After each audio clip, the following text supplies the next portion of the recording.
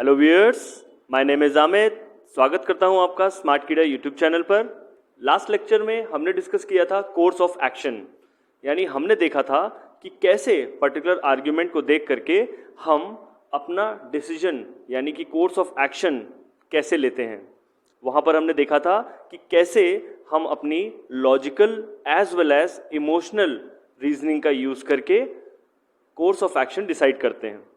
ठीक है, अब कोर्स ऑफ एक्शन की जब हम बात करते हैं, ठीक है ना, कोर्स ऑफ एक्शन की जब हम बात करते हैं या डिसीजन टेकिंग की जब हम बात करते हैं तो ये तो हम अपने बचपन से ही सीखते आए हैं।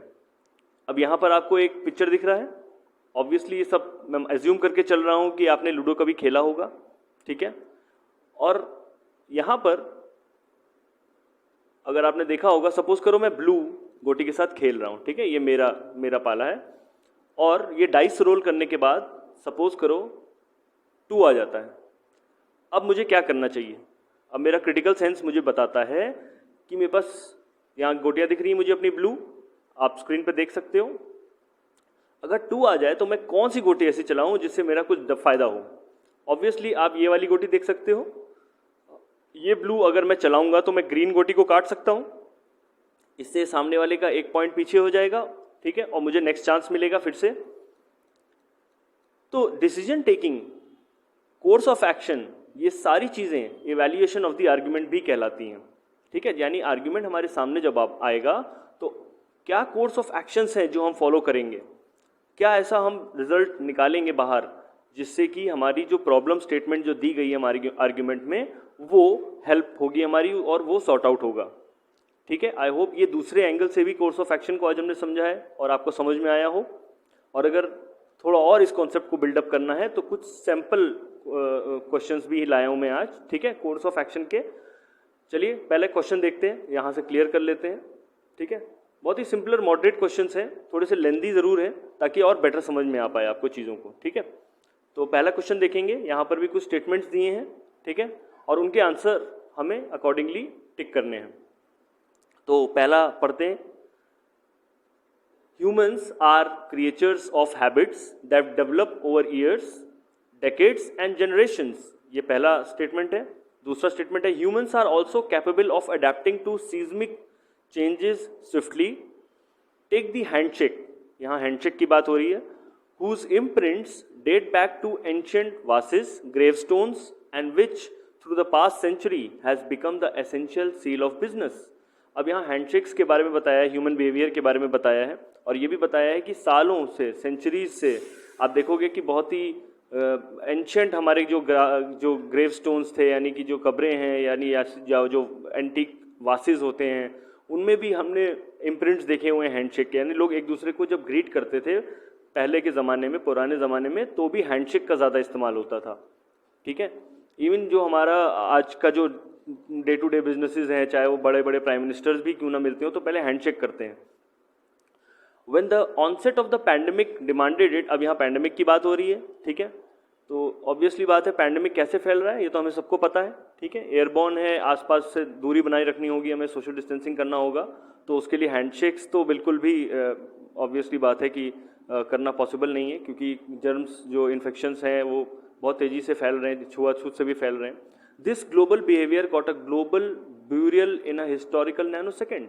यहाँ पे वही बात की गई है कि जो हैंडशेक वाला जो कल्चर है, वो जो हमारा ह्यूमन बिहेवियर है, वो बिल्कुल पूरी तरह दुनिया से एक तरीके से हट जाएगा आने वाले समय, और हट गया ही है हिस्टोरिकल नैनो सेकेंड में। 1 सेकेंड में देखा जाए तो पूरी तरीके से खत्म हो गया है। ये मेरा आर्ग्यूमेंट टोटल क्या प्रूव करने की कोशिश कर रहा है, क्या प्रीमाइसेस हैं, ये तो आप देख सकते हैं। यहाँ पर हैंडशेक्स की बात की गई है, अब हैंडशेक्स अब खत्म हो जाएंगे पैंडेमिक की वजह से, ये बताने की कोशिश की गई। और ह्यूमन बिहेवियर के बारे में भी बताया गया कि सालों और जनरेशन से हम हैंडशेक का इस्तेमाल कर रहे थे। चलिए क्या कोर्स ऑफ एक्शंस फॉलो कर सकते हैं अब हम, ठीक है।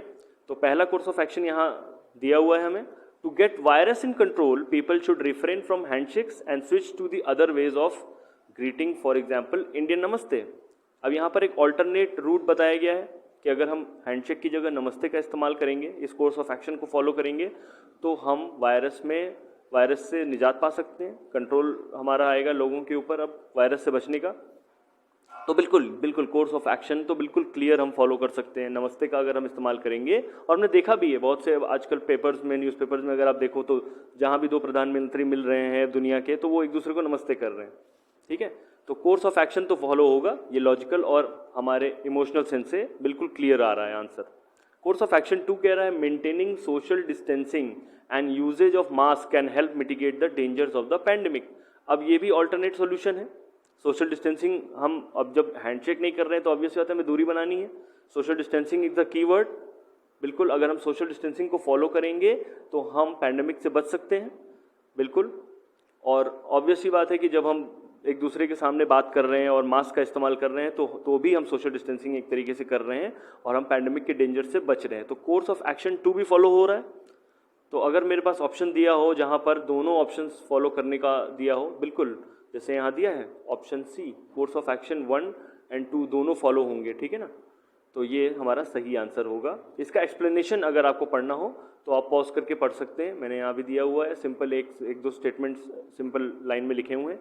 अब मैं बढ़ूंगा नेक्स्ट क्वेश्चन की तरफ, और मेरी गुजारिश फिर से वही है आपसे कि आप जब क्वेश्चन आया करें स्क्रीन पे तो उसको पॉज कर लिया करें, पहले पढ़ लिया करें और आप देखा करें कि क्या ये ऑप्शंस पॉसिबल हैं, और फिर मेरी एक्सप्लेनेशन सुना करें।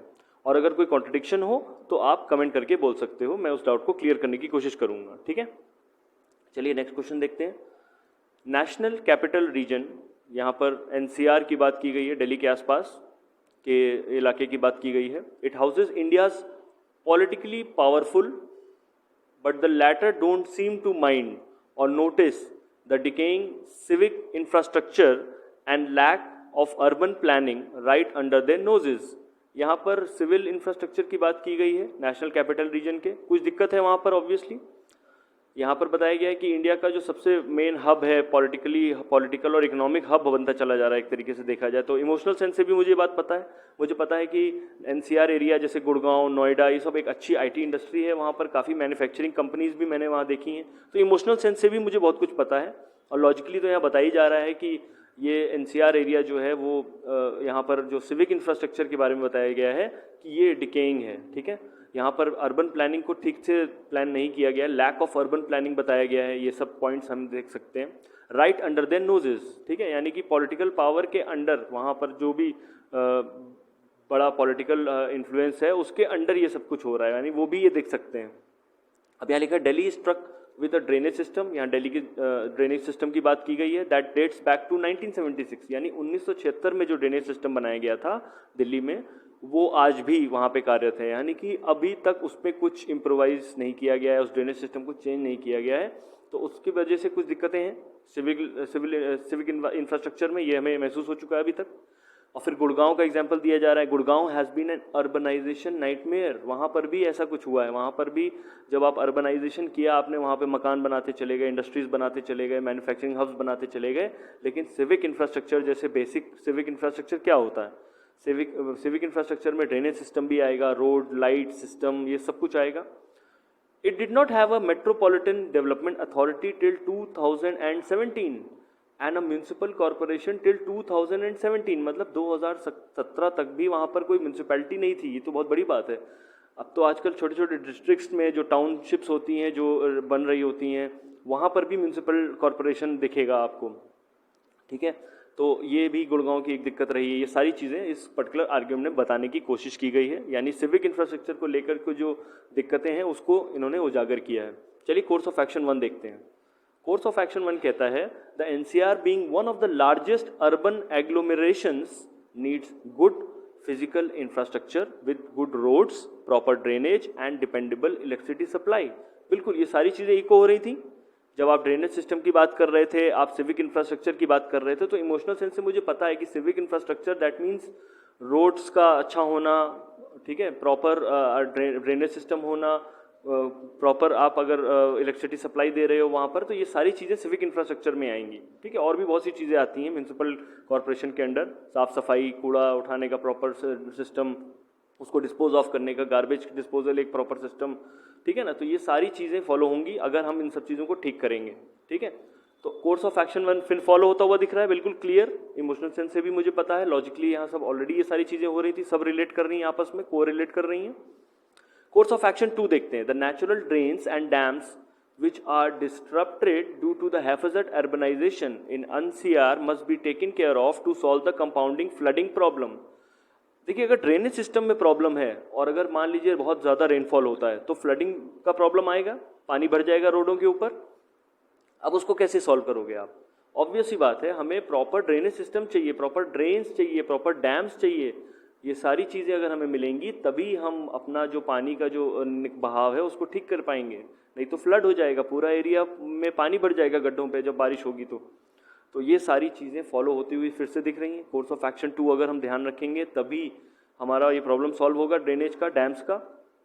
और ये जो अर्बनाइजेशन की बात की जा रही है, जो बार बार जो हैफेसेड अर्बनाइजेशन की बात की गई है एनसीआर, ये तो हमारा सब इको हो रहा था पहले ही आर्ग्यूमेंट में. तो ये सब कुछ रिलेट हो रहा है, यानी दोनों ही कोर्स ऑफ एक्शंस फिर फॉलो होंगे और हम टिक कर सकते हैं ऑप्शन सी यहाँ पर.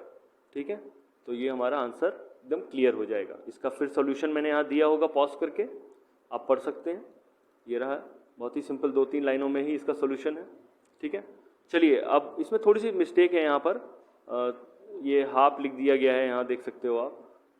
थोड़ा सा इसको माइंड करना आप. ठीक है, वो टाइपो मिस्टेक है और यहाँ पर बेसिक इंफ्रास्ट्रक्चर होना चाहिए, तो ये थोड़ी सी मिस्टेक है.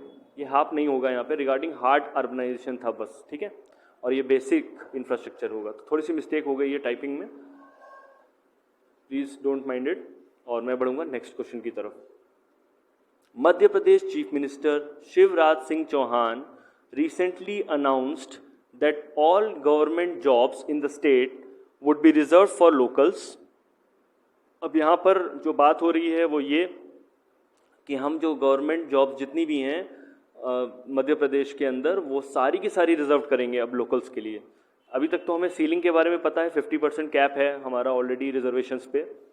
जितने भी जॉब्स होते हैं, चाहे वो गवर्नमेंट जॉब्स हों या एजुकेशनल इंस्टीट्यूशन में सीट्स हों, 50% रिजर्वेशन के बारे में तो सुना है. लेकिन अब स्टेट वाइज लोग ये क्या कह रहे हैं, सीएम शिवराज सिंह चौहान ने रिसेंटली अनाउंस कर दिया कि 100% हम जितने भी हमारे स्टेट के जॉब्स होंगे गवर्नमेंट में वो लोकल्स के लिए बुक कर देंगे, यानी अब बाहरी आदमी की हमें कोई आवश्यकता नहीं है. फिर सेकंड स्टेटमेंट देखिए क्या कहता है. Earlier this year the BJP Janata party coalition government in Haryana, अब हरियाणा की बात हो रही है, it also approved a proposal that 75% of fresh private sector jobs in the state would be reserved for those from the state. यहाँ पर तो private jobs पे भी रिजर्वेशन की बात कर दी इन्होंने. 75% प्राइवेट सेक्टर जॉब्स में लोकल्स का रिजर्वेशन रहेगा अब हरियाणा में. ठीक है, अब तीसरा देखते हैं क्या कहता है. Telangana now has a policy to incentivize 60% reservation in skilled jobs in new industries. Telangana भी ऐसा ही कुछ कर रहा है, 60% रिजर्वेशन की बात कर रहा है. Andhra has reserved 75% private sector jobs for locals in the state. अब यहाँ पर आंध्र प्रदेश की बात हो रही है, वो भी 75% प्राइवेट सेक्टर जॉब्स में रिजर्वेशन अपने स्टेट वाइज देने की कोशिश कर रहा है. यानी कि रिजर्वेशन की बात हो रही है और 50% से ज़्यादा की हो रही है. तो ये ऑब्वियस सी बात है कि कोर्ट से भी अगर आप देखो, कोर्ट भी यही कहता है, इमोशनल सेंस से मुझे ये ऑलरेडी नॉलेज में है, इवन हमारा कॉन्स्टिट्यूशन भी ये कहता है कि आप मैक्सिमम रिजर्वेशन 50% तक रख सकते हैं. बट जनरली होता क्या है कि स्टेट वाइज ये लोग अपना रिजर्वेशन कोटा बढ़ाते जा रहे हैं. जैसे महाराष्ट्र में भी रिसेंटली अभी सुनने में आया, शिवसेना वाले भी डिमांड कर रहे थे कि हमारी मराठा को प्रेफरेंस दिया जाएगा गवर्नमेंट जॉब्स में. 75% की कैप की बात हो रही थी, उसका केस ऑलरेडी चल रहा है हाई कोर्ट में वहाँ पर. तो ये सारी चीज़ें थोड़ी सी असंवैधानिक हैं बिल्कुल. अगर आप सब जगह रिजर्वेशन कर दोगे और दूसरों को भी, बाहर के लोगों को मौका नहीं दोगे तो क्या होगा. अगर कोई, ऑब्वियस ही बात है कि कोई एक्सपर्ट है बाहर का, तो उसको तो आने का मौका नहीं मिलेगा. और आप जो थोड़ा सा इनएफिशिएंट बंदा होगा उसको आप आगे बढ़ाओगे. हो सकता है उसका उतना नॉलेज या एक्सपर्टाइज ना हो पर्टिकुलर फील्ड में, और फिर भी आप लोकल होने की वजह से उसको प्रेफरेंस दे दोगे. तो ये एक अनजस्टिफाइड बात है, बिल्कुल क्लियर अनजस्टिफाइड बात होगी. ग्लोबल टैलेंट पूल कैसे बनेगा?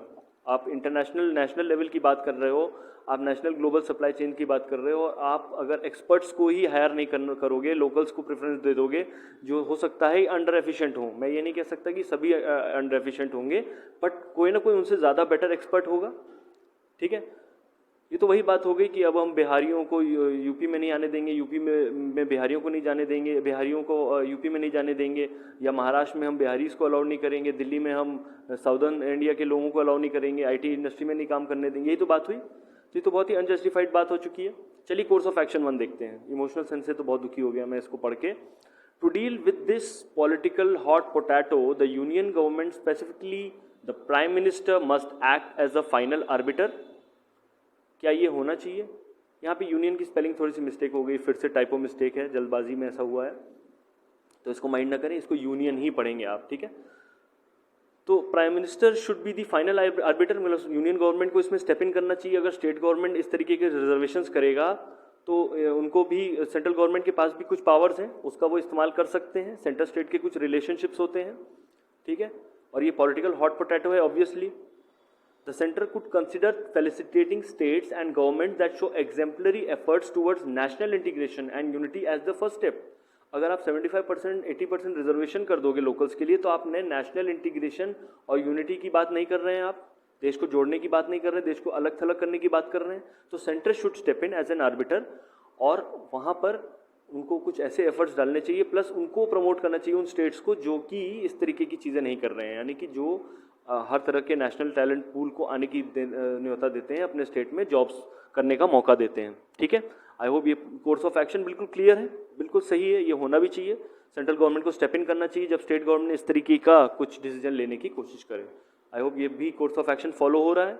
चलिए नेक्स्ट देखते हैं, यहाँ से क्लियर कर लेते हैं। नेक्स्ट कोर्स ऑफ एक्शन कहता है, for India to become a manufacturing hub and realise the Atmanirbhar Bharat vision, it is important for the country to have multi-talented pool experts from all over India and reservation are hurdle to this vision। बिल्कुल बिल्कुल, ये तो हमने already eco कर चुके हैं हम, बिल्कुल क्लियर है। अगर मैन्युफैक्चरिंग हब इंडिया को बनना है तो, और अगर आत्मनिर्भर भारत बनना है, तो हमें तो मल्टी टैलेंटेड पूल चाहिए पूरे इंडिया का, ठीक है। और उसमें फिर ये कंस्ट्रेंट्स नहीं होने चाहिए, ये तो फलाना स्टेट का, इसको हम नहीं करने देंगे यहाँ पे काम। तो ये सारी चीज़ें तो बिल्कुल अगेंस्ट होंगी, एक प्रिंसिपल ऑफ नेचुरल जस्टिस अगर देखा जाए तो उसके अगेंस्ट होंगे। तो इसीलिए both the course of action 1 and 2 follow है, emotionally as well as logically, ठीक है। तो मैं ऑप्शन सी पे टिक कर सकता हूँ, बिल्कुल क्लियर आंसर होगा। इसका सोल्यूशन फिर हमने प्रोवाइड किया है, आप पढ़ सकते हैं, यहाँ पे ये दिया हुआ है क्लियर सिंपल शब्दों में, ठीक है। और इसी के साथ मैं इस वीडियो को समाप्त करूँगा, ठीक है। सिर्फ 3 ही क्वेश्चन में लाया था, ठीक है। मैं चाह रहा था कि वीडियो बहुत ज़्यादा लेंदी ना हो। अगर इस पर आपको और क्वेश्चंस चाहिए तो मैं और फ्रेश क्वेश्चंस लाऊंगा, ये भी फ्रेश क्वेश्चंस थे, और फ्रेश क्वेश्चंस बना के लाऊंगा। अभी तो मैंने जितने भी यहाँ पे एग्जांपल्स लिए, सब में कोर्स ऑफ एक्शन फॉलो हो रहा था। मैं ये चाह रहा था कि कुछ कॉन्ट्रडिक्शन अभी ना हो, और अगर कॉन्ट्रडिक्शन वाले सवाल आपको करने हैं तो उसके लिए प्लीज़ मुझे कमेंट करके ज़रूर बताना, जहाँ पर थोड़े क्लोज आंसर्स होंगे। जितने क्लोज आंसर्स होंगे उतना बेटर है, आप ज़्यादा और बेटर अंडरस्टैंड करोगे। पर थोड़ा सिंपल से चलूँगा मैं, ताकि मैं टफर लेवल पे जा सकूँ। अगर आपका बेसिक क्लियर है तभी तो आप टफर लेवल के क्वेश्चंस कर पाओगे, ठीक है ना। इवन लूडो भी जब आप खेल रहे हो तो वहाँ पर आपके पास बहुत ही क्लोज होते हैं, डिसीजंस लेने होते हैं कि कौन सी गोटी को मैं चलाऊँ। 3-4 ऑप्शंस होते हैं। कई बार क्या होता है कि 5 नंबर आ जाएगा तो दूसरी पहली वाली गोटी भी चली जाएगी, 6 आ जाएगा तो नई गोटी खुल जाएगी, तो आपको डिसाइड करना होता है। तो इसीलिए क्लोज आंसर्स वाले क्वेश्चंस को भी अगर आपको देखना है, समझना है, तो प्लीज़ मुझे कमेंट करके ज़रूर बताना, और कौन से और टॉपिक्स हैं जिस पे आपको चाहिए। हालांकि मेरे माइंड में एक पैरेलल रीजनिंग का एक और नया कॉन्सेप्ट है जिसको मैं नेक्स्ट 2 लेक्चर्स में लाना चाहूँगा। तो आप मुझे प्लीज़ कमेंट करके ज़रूर बताना कि एक्चुअली में आपको क्या चाहिए, क्या कोर्स ऑफ एक्शन के क्वेश्चन ज़्यादा चाहिए या नया कॉन्सेप्ट, ठीक है। Thanks for watching this video. जय हिंद।